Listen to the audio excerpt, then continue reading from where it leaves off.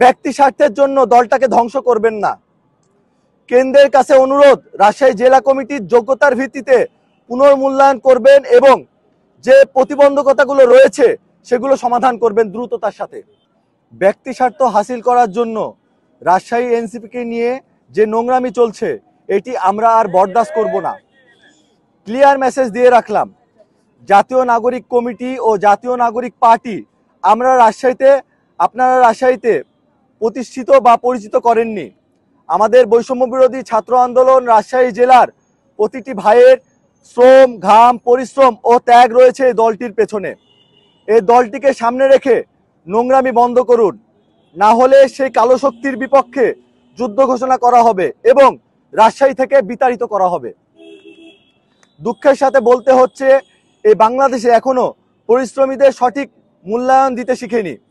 যদি শিখত, সকল ঝামেলা উপেক্ষা করে সঠিক সিদ্ধান্তের মাধ্যমে রাজশাহীতে সংগঠনটি সুন্দরভাবে সাজাতে পারত।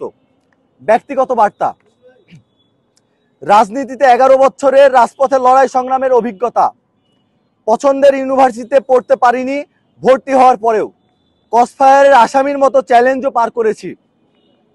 এরপরেও শুধু বয়সের কারণে আমাকে পিছিয়ে দেওয়া হয়েছে, তবুও দলের স্বার্থে সকল কিছু মেনে নিয়েছি।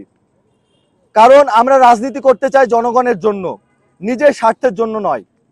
একটা প্রশ্ন প্রিয় কেন্দ্রীয় ভাইদের কাছে, যোগ্যতা কি বয়সের মাপকাঠিতে হয়? যদি হতো তাহলে তো নাহিদ ইসলাম ভাইয়ের নেতৃত্বে সারা বাংলাদেশ দ্বিতীয়বারের মতো স্বাধীনতা লাভ করতো না। প্রিয় ভাইয়েরা ঢাকায় নেতৃত্ব দিয়েছে আর আমরা রাজশাহীতে, পার্থক্য এতটুকুই। আফসোস, যারা নিজের জন্য রাজনীতি করে তারাই আজ যোগ্য বলে বিবেচিত হয়েছে, মাঠে ময়দানে লড়াই সংগ্রামে না থেকেও।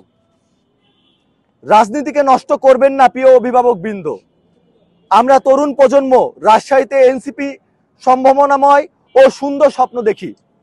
ব্যক্তি স্বার্থের জন্য দলটাকে ধ্বংস করবেন না।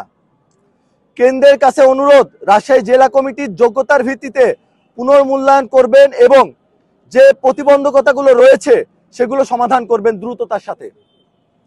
অন্যথায় আমাদেরকেই ছুটি দিবেন। আমরা কোনো কালো শক্তির লোভ লালসা ও ক্ষমতার চেয়ারের জন্য নিজের আদর্শকে বিসর্জন দিতে পারবো না। ধন্যবাদ সবাইকে।